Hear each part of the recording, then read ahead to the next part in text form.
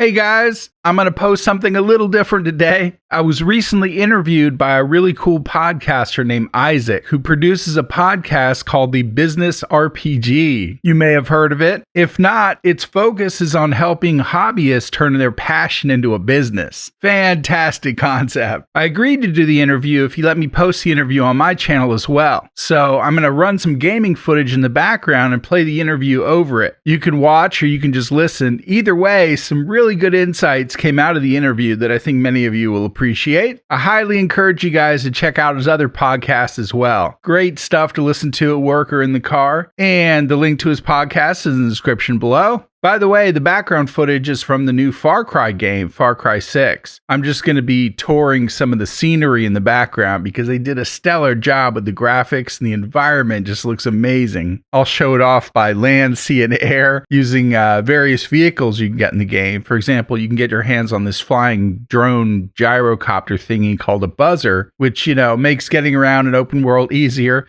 But also makes for some really cool sightseeing. By the way, there's a turbine propeller on the back as well, in case you're wondering how it bounces out. Can't see it from here. But anyway, I thought about playing Far Cry 6 as a side game on the channel, but it's not really conducive to a walkthrough. Some of the challenges, like conquering bases, take a really long time if you want to avoid alarms and detection, and most people would get bored watching that. So I'm going to keep my focus on Fallout 4 as usual. New build video right around the corner, which is going to be another collab that you guys are really going to love. So stay tuned for that. Anyway, hit that subscribe button and the like button if you haven't already, and let's get into the interview. Paul, welcome to the Business RPG. Yeah, thanks for the invite. I am pumped to have you. I've had you on my... I won't say how long you've been on my list. I've already told you, but I'm not going to tell the audience how long you've been on my list. Let's just say it's been a long... I'm really excited to have you on. But I would like to ask you, could you introduce yourself to the audience and just tell us what is the Skooled Zone? Sure. Actually, before we get into it, I just want to say that I don't normally do interviews. I kind of like to let the work speak for itself. But I got turned on to your content and I really connected with it because not only am I an old school D&D nerd, yeah, man, but I really appreciated the way that you were trying to help people, make a career change into focusing on their hobbies or their passions. That's something that people shouldn't overlook. Straight up. So yeah, my name is Paul and, I run a gaming channel on YouTube called the Skooled Zone. I mainly do tips and tricks videos and tutorials on video games. And I also do some Let's Play style videos with a bonus feature of adding in like facts and trivia about real life as it relates to the context of the game. I call those my trivia walkthroughs. And it's kind of fun because not only do you get to watch some great gameplay, but I add in these little trivia pop-ups. So you're kind of like learning some interesting and useful things as you watch the gameplay. So you get to be like entertained, to get smarter at the same time. And that's the name, the Skooled Zone. So, you get schooled with education while I'm schooling the enemies in the game. Now you focus a lot on Fallout. I've seen you do some playthroughs, but you do a lot of custom building with no mods, or I think I'm saying that wrong. No, you're right. Okay, so you do a lot of building content with Fallout, correct? Yeah. So I started off in one niche, and then I sort of grew an audience with a sub niche. So I didn't used to only be an exclusively Fallout 4 channel. I used to play a lot of games. I've played probably about 2 to 3 dozen games on my channel, but the one that really resonated the most with viewers and my audience has been the building elements of Fallout 4. So that's where I think I probably attracted the largest number of subscribers. I had a decent subscriber base. It was probably in the 50 to 75,000 K range before I started getting into Fallout building, but that accelerated it significantly. So where did the idea come from to start? Whenever I have someone on who is I guess you could say specializing in this case with video games in general or with building and Fallout, there seems to be a story or at least some sort of connection that got them to that point. Did you have anything like that? One of the things I've always tried to do from a young age is to entrepreneurialize my hobbies. I don't even know if that's a real word. I may It's have a just real coined word. If it's not, I will coin it and copyright it for you. it. Right on. But whatever I was really into at any point in my life, I tried to see if I could turn it into a job, even if it was like a part-time job while I was going to school. For example, I used to be really into the martial arts. So I started teaching martial arts, first to like kids at the YMCA. And then later I started an adult class. And I was also really into fitness. So I became a personal trainer. And there was even a point when I was learning Italian in college and I was also like into the bar scene. So I got a job as a bartender at an Italian restaurant. So you get the idea. A lot of people feel like they shouldn't try to turn their interests into a job because then it'll feel like work. But I'm the opposite. If you're working on something that you're passionate about, it'll hardly ever feel like work.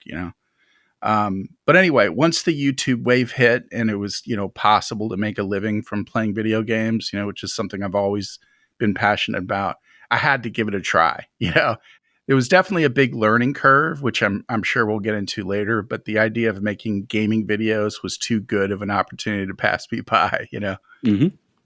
So what did the process look like when it came to finding your niche in video game making? Well, I did come up with the theme for the channel before I even started the channel. I didn't just start a video game channel. I wanted to kind of separate myself from the pack because YouTube probably gained a great deal of their popularity through gaming channels. It was like cat videos and gaming channels before even all the other niche channels sort of, they call them verticals before those even rose to prominence. So I had to find a way to separate myself from the pack. So I came up with this theme because I actually almost became a teacher, like in real life. So I decided to move to Hollywood and explore the film industry instead of going into teaching. Mm-hmm. But, the idea of creating a theme around your channel is really important. You can't just go in there and do Let's Plays or like this and that and expect to stand out from the pack. So once I developed the theme around the Skooled Zone about making it an educational type gaming channel, that's when the focus really started to coalesce. You need that kind of focus to get things going. So I started off doing those trivia walkthroughs that I talked about earlier, and that became a hit. And then I started branching out into tips and tricks. And then Fallout 4 came around. And originally I was doing just trivia walkthroughs for Fallout 4 and occasional tips and tricks. And then probably a good year and a half after the game's release, like into the game's like growth period, is when I finally started focusing a little bit more on building. And there was also a lot of building channels. So in order to separate myself from that pack, which is a much smaller pack of a much smaller pack, I started focusing on doing them with no mods. If any audience members out there don't know what mods are, Fallout 4 is a game where there can be like some elemental programming that and module type things that can fit into the core of the game to modify it from its original developers, core. So these modders, they put together all kinds of creative stuff, and I have absolutely nothing against modders. It's just fantastic. But this was a way for me to separate myself from the pack. I sort of felt like I was starting from scratch, like Mm-hmm. you could do almost anything with mods, but if you don't use mods, then you're really showing your true creativity, in my personal opinion, because you're only working with what's given to you, instead of what can be quote unquote modified in the game. And you've made some amazing stuff without the mods. Like the first video I ever watched that you made, it was a museum that you'd put together, and there's no mods in there. Yeah. And you've meticulously, I don't even know what the right word is because it's not code, but it's definitely sort of like a form of architecture or engineering, in my opinion. Just seeing everything that goes into making that. Yeah, it's definitely not code because I play on a console. So, I have an Xbox and a PlayStation, but I play Fallout 4 on my Xbox. But yeah, that was a super fun build. I call it Vault 42. Any super nerds out there will get that little pop culture reference. But anyway, the entirety of the build did take quite some time to do. Not all my builds are that complex, but what I did was I used that build as an introduction to the No Mods playlist series. And so I wanted, I didn't want to just jump into doing tutorials. I wanted to show my bona fides before I really delved into it, so I'd have a little bit more credibility. So I did put a lot of extra time into that build, and it turned out really well. And of course, one of the glitches that you can do in the game is to expand the size of the settlement beyond the capacity of what the developers originally meant. And it is a glitch. They put in these safeguard rails, so to speak, so that your game wouldn't crash. And I went way over the limit. And so I promised this like immersion tour after I did like the regular tour, and the game just kept crashing on me so bad I could never finish that second video. But I used that as a gateway to the rest of the play series so that people could reference back to that. And what I did for the first probably 24 videos in that series was break down elements of the build and show how I did it. So let me ask you a question related to that, or we could even use that video as an example. What goes into making content the way that you make content? For example, do you know before you go in what you're going to talk about in your tips and tricks? I definitely have a list. In fact, I used to have my own list, and it's been completely expanded by the community, just making requests. And I always try to take requests. I give request priority a little bit more to my Patreons, because they're helping support the channel. Mm-hmm. But I definitely take requests. So that list is expanded. And I thought I would run out of ideas after like a year or two, but the list is like never ending. There's just people are always asking for new things. And some of their questions are so creative that I take it on as a challenge. But I definitely don't go into a video open-ended. I definitely put a lot of preparation and planning into the video. And I think that's important, because if I was just doing a Let's Play, then I'll just dive into it. As a matter of fact, as a sidebar, I haven't even finished. This is going to sound crazy to people, but I haven't even finished the main story quest in Fallout 4. And there's two reasons for that. One of the reasons is because I want to save one of the first reason mainly is because I got so into the building element of the game that I started focusing on that instead of actually playing the quest. But I don't want to just play it for myself. I want my reactions to be fresh and organic for the audience. And I don't want to spoil it for myself, so to speak. I want to be able to record it. So I put out another fragment of the quest, another certain amount of time of gameplay into it, probably every couple of months when I can find the time for it. And probably by the time that the next game in the series comes out, I'll finally be finished with the main quest. But anyway, yeah, there's definitely a lot of preparation that goes into making the videos. I go down the list and see what's the next tips and tricks video that should be made or is highly requested. And then I'll put in some scripting into that and do some tests off camera, make sure everything runs smoothly. And then I'll record the video and audio and put it, edit it all together. How much time goes into one video?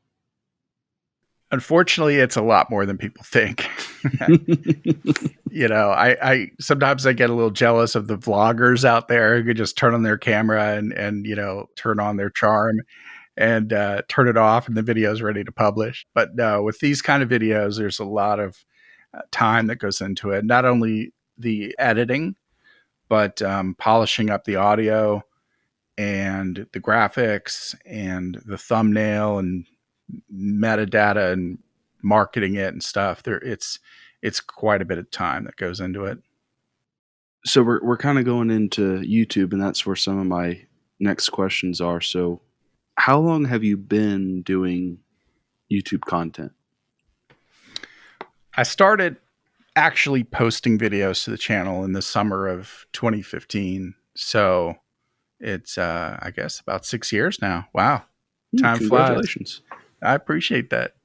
But I actually registered my channel name and the domain name for the channel almost 6 to 8 months, maybe 9 months before that. And all that time was spent preparing to launch my channel. I didn't want to just learn on the job, so to speak. I wanted to hit the ground running. So I did put a lot of, and you're probably getting a theme here. I like to be prepared. I was a Boy Scout when I was a kid. So there's a lot that goes into it. I didn't want to just fumble about and make it a learning curve while I was posting videos. I really wanted to be ready for what was to come. So I did spend a lot of time learning the editing software, putting like a business model together, watching a lot of YouTube tutorials about YouTube itself, self-educating, so to speak. That's what I like to hear. What does it take to get started as far as a YouTube channel that you're going to treat as a business? Well, first, let me say that technical quality is really important for a YouTube channel. And by that, I mean like footage resolution, audio quality, graphics, thumbnails. I see so many channels with good content like never get off the ground because they don't put any effort into AV quality. I mentioned the learning curve earlier. The technical quality took me the longest time to learn, actually, but I put a lot of effort to learn the graphics and the editing programs. I happen to use Adobe, not a sponsor, but there are plenty of them out there. But you can't just jump into making videos. You definitely have to learn the tricks of the trade. And I'm sure this was on your list of questions, but there's also a lot of startup costs. And to get that technical quality, you need to get a good microphone, a capture card, a good PC that can handle video rendering and, et cetera. So it does take some time and money to get started. And I wanted to hit the ground running and not make my channel like too much of an on-camera learning lesson. So that's why I spent all that time before I even posted my first video. It sounds like a big hurdle for some people, but it's definitely worth it to be prepared. I agree. It's the same for podcasting. If you can put money down up front to invest in that good quality mic, to invest in a better editing software than you might get for free, then you start with that quality content. And it's a lot easier, in my opinion, to keep that momentum going than starting from free resources, a built-in mic with your computer, etc. Let's say that you were in dire straits and you wanted to do this, but you didn't have a startup budget. What would you say to someone like that as far as the bare minimum of what they had to have? That's an interesting question. It depends. Are they trying to make money from this, or do they just want to learn the business and like get into it, or even maybe just do it as a hobby? Do you have an answer for each one? Yeah. What I would do in that circumstance, to be perfectly honest, is I would start working on a theme for the channel. So, we talked about developing that niche earlier. I would develop a theme for the channel so you can stand out from the rest, but I wouldn't launch that channel if you don't have the means to like really get a quality setup. Mm. What I would do is I would start a different channel to begin with if you want to learn on the job and develop some experience, and also start accumulating your resources so you can upgrade your equipment and just do something for fun. That's either quasi related or completely unrelated to the actual business channel that you want to start. And once you've saved up some money so that you can buy the proper equipment and get the proper editing software, and because there's a lot of ancillary costs also that people don't realize. If you want to ask me about the ancillary costs later, I can definitely get into that with you, but it's not a cheap hobby, unfortunately. So what I would do in that circumstance is just get the experience and learn the ropes with a channel that wasn't related to what I actually wanted to launch. And then once I felt like I had the wherewithal and the experience, then I would launch the actual channel that I wanted to make a living at and like start as a business. That way you can hit the ground running. I don't want to discourage people that don't have the wherewithal to do that. You can still start something and you can still learn the ropes. You can learn all about the metadata, and you can learn about marketing and social media and titles and thumbnails and descriptions and things like that, because all those things are really important as well on YouTube, at least. That's a really good piece of advice. Just kind of thinking back when I got into podcasting, even with my background in radio, when I started, it was on a show that I knew not for a long time would generate any revenue. But this show, the Business RPG, was the passion project brainchild that I always wanted. And I see what you mean, having that experience there to play with, to test, and to grow. That's something that, even though I wish someone had told me before even starting all this. That's a really good piece. Yeah. I took a little bit of advice from my dad. He always wanted to start his own. He was a tax accountant, not the most exciting job, but he really enjoyed it. He was kind of a math guy. So he started off working for other people. He wanted to open his own business and be his own boss, but he definitely started off learning the ropes about how to be an employee, watching management and how they manage employees and learning the ropes from within the job. And then once he felt like he had enough experience and he had stashed away enough starting capital, he opened his own business, and he couldn't have been more happier after that. So you've brought up a number of things behind the scenes when it comes to how you got started, what goes into content. What does the business model of a YouTube channel look like? As I mentioned, there's definitely some overhead. The good news is that once you build a passionate community, they can help support you beyond YouTube and YouTube's ad revenue. I use Patreon, for example, and I have a fantastic patron community that helps subsidize my overhead because I offer a lot of value in return. Not to mention the cool perks, they get once they become a member of the student council, which is the name they voted on, calling themselves. That's pretty good. The whole Skooled Zone theme. But there are definitely a lot of ancillary costs, and that's something that that should be factored into the business model. A lot of YouTubers don't think about those things, when they first get started. I'll give you a few examples. So there's a sizable monthly subscription fee for the Adobe Creative Suite, which includes all the programs I use, like Premiere Pro and Photoshop and Audition and After Effects and stuff. And then there's the equipment costs. We talked a little bit about microphones. There's computer maintenance costs, there's web server costs, there's domain name costs. That's something people don't think about a lot. For example, I have schooledzone.com. I own that, but I also have schooled.zone, and I also have afterschooled.club and afterschooledclub.com, because I use those to redirect to things like the subreddit and the YouTube community tab, just to keep up with those. I'm eventually going to turn one of those into a redirect to a Discord server, as soon as I get the time to get that up and running. But I even have like schooledzone.com spelled with an SCH, in case people naturally type in that by accident.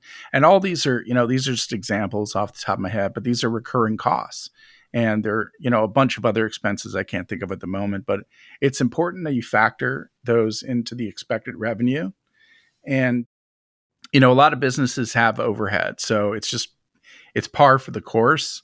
But a lot of YouTubers that just jump in and don't think about these things, that's one of the reasons why they never really get off the ground. And there's nothing wrong with that. Like, if you want to maintain like a small channel and just do it for the fun of it, that's perfectly fine. That's awesome. There's nothing wrong with that. But you then can't expect it to also become a business. You have to pick a lane. You either press the gas or you put it on cruise control, So let's say that I am at a point where I have the capital to really start the business, and I have the overhead taken care of. I have a business model and a plan. What does it take to do this full time? Yeah, that's another interesting question because I'm not even completely doing it full time, to be honest with you. I still have a day job, so to speak. Yeah, if you've got those early steps, then you're on your way. You can definitely. I mean, there's some technical things that you have to overcome. Like, for example, before you can monetize on YouTube, you have to accumulate. I think it's like at least 1,000 subscribers. So once you can overcome that hurdle by really just putting out quality content. I mean, if you ever see a channel that has good content but doesn't have the subscribers they deserved, it's usually because of one of three things: either video quality, audio quality, voice presentation. You can't speak in a monotone voice. You have to put a little character into your voice. Be yourself. I mean, if you're naturally a monotone person, then maybe this isn't the business for you. But you have to show your enthusiasm. You can't hold back. You just really have to be yourself, be authentic. So you mentioned a community. What does it take to actually build a good, solid community? And I mean, not just with the value that you provide to Patreon. We can talk about that in a second. But just in general, what have you done to really build that community? And I think recently you broke 150,000 subscribers, if I'm not mistaken. Almost. We're Almost at like 150. we're 145. So 145. yeah. So what does it take to build a community that you've built so far? Well, it's a great question because building a community, in my opinion, is one of the most important things a YouTuber can do. Some types of channels can get away with not caring about a community, like maybe prank channels or drama channels. But outside of the clickbaity type content, a strong community is your greatest ally. If you can foster a strong community, then they'll spread the word for you and do a lot of the marketing for you. And I don't mean that in like an exploitive way or anything. You give them entertainment and value and a safe place where they can connect with others who share their passions, and you've created a powerful base of support. So it's hugely important, the community aspect of any channel. I mean, whether it's YouTube or Twitch, or even if you're like an Instagram influencer or whatever. It does take a while though, and you can't expect it to grow overnight. It's a tree that starts out as a sapling, and you have to water and nourish it. Mm. Probably the most important thing to remember though is that you reap what you sow with your community. So if you start like a bullying type reaction channel, like, I don't know, like Leafy or something, I don't even know if he's still around. I'm sure others have filled the vacuum. Then expect to attract an audience of bullies. If you start an intellectual channel like Vsauce, for example, then you can expect like a more thoughtful and civilized audience. Pretty simple formula, but it's important to keep that in mind. One of the things you said earlier was delivering value to your patrons. What does that value look like? What makes a good Patreon community as far as the value you're giving in exchange for their funding for your overhead?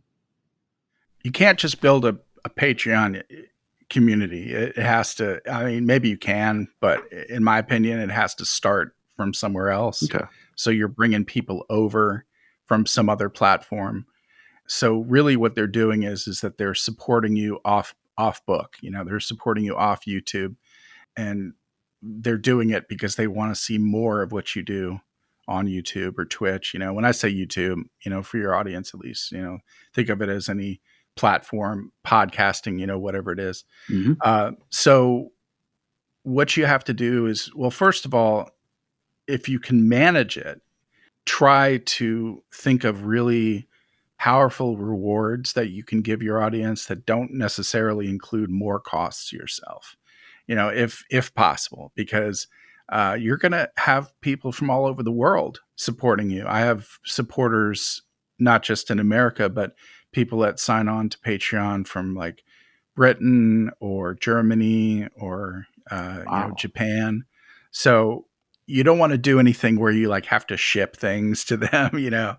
Now it depends on what your niche is, like let's say you have a YouTube channel where you are doing, like makeup tutorials, and you come up with your own line of makeup or something, and you are offering them a product through Patreon, then those kind of things are the exception.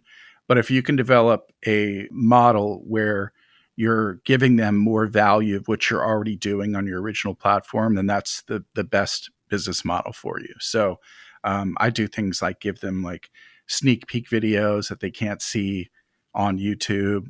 I have this thing that I call the Wall of Fame, where I don't just do a shout out like at the end of the video that a lot of YouTubers do. I actually make it like a thing, and there's an actual prop in my videos where I can paste the names of all the patrons on like this wall in Fallout 4. It's really fun.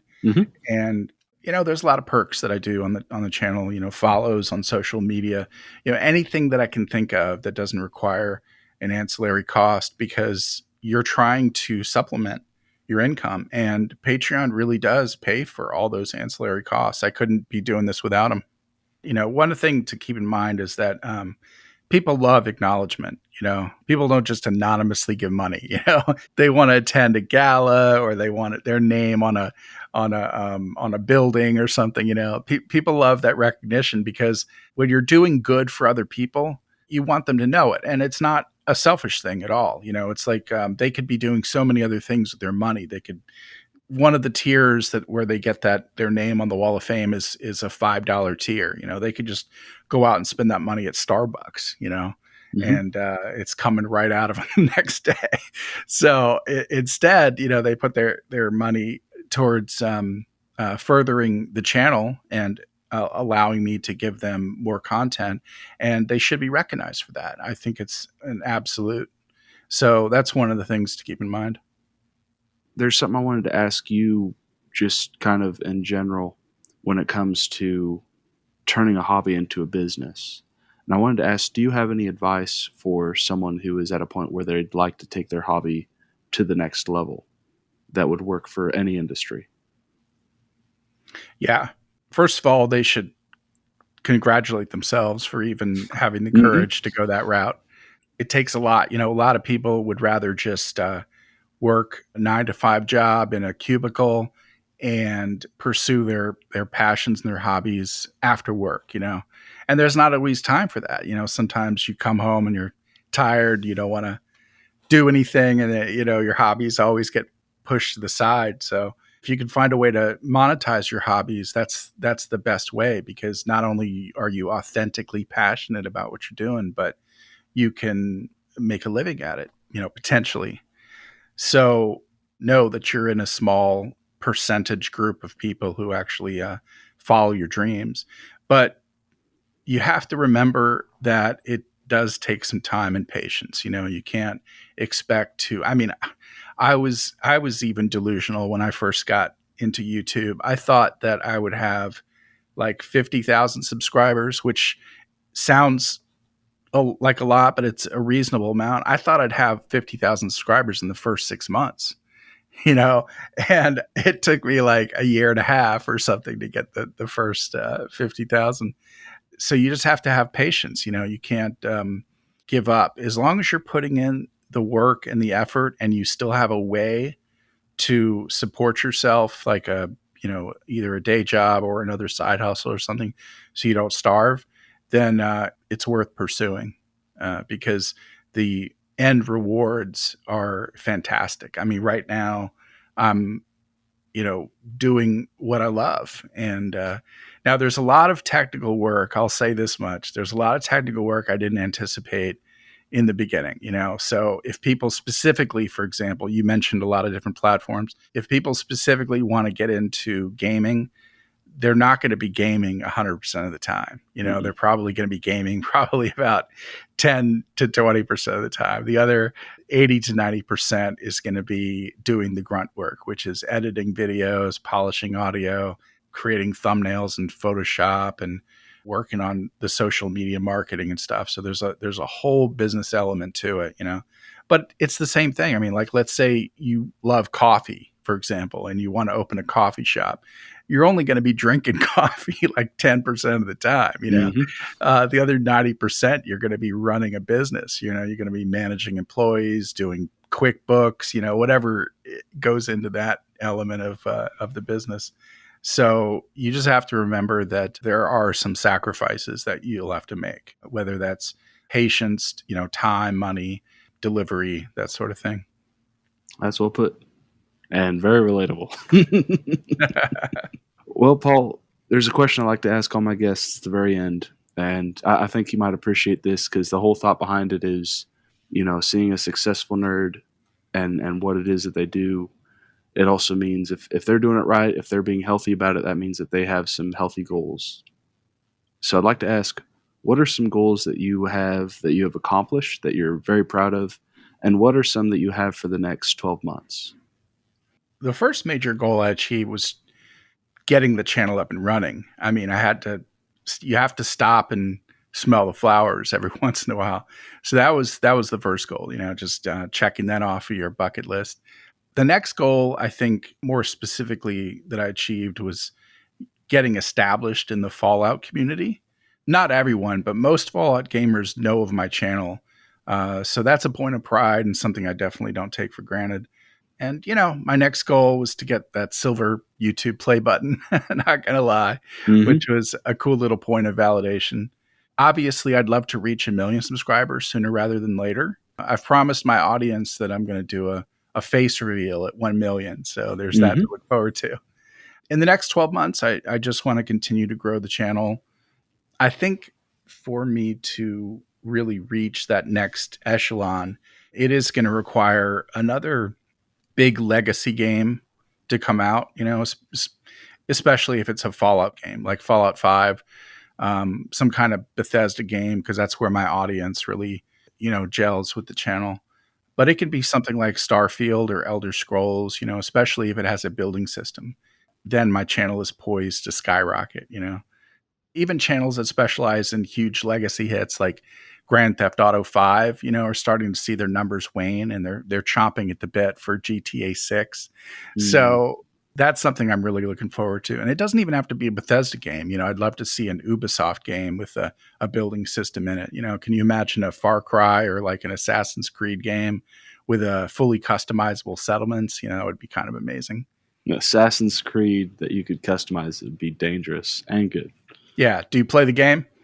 I do. My wife plays it 10 times more than I do, though. She loves that series. Yeah. I mean, if you could build like a Hidden Ones bureau and just design it in the middle of a city somewhere and put in like all kinds of like little traps and security measures, in case it gets raided, that would be just so much fun. I don't know why Ubisoft doesn't look into that. This is definitely a cool podcast, man. I don't remember the last time I talked this nerdy with anyone except for some of my friends back home. So come on in, man. Awesome. Yeah, right on. Paul, where are some places that people can find you if they want to keep up? Well, most of the links that I have are like if you go to my YouTube channel, which is really easy, you just go to youtube.com/Skooled Zone. So it's spelled with a K. I'm sure they'll probably see it on the podcast title. But once you're there, up in the header, there's little links to my Twitter. Twitter is just Skooled Zone. Instagram. Now Instagram messed me up because I originally signed up with just Skooled Zone, and then I let it sit. I just wanted to reserve the name, and I let it sit for like 6 to 8 months during that period I mentioned before I launched the channel. And when I finally went back in to start posting on there, I couldn't get in, and Instagram would never get back to me on a solution. So I had to add the. So it's THE, the Skooled Zone on Instagram. But I have a subreddit, which is also Skooled Zone. But you can get to all those links from the header. And then, of course, I have the website, schooledzone.com. So they just go to the YouTube channel, and up in the header, all those links are little icons in the top right corner. And you also have a build contest going for this October. Is that correct? Yeah. The deadline might be over by the time this podcast is posted. But yeah, I try to do a building contest about once a year. And I do offer actual real prizes. It's really fun. And the audience loves seeing the rest of the community flex their muscles a little bit. It's something fun to just bring the community together.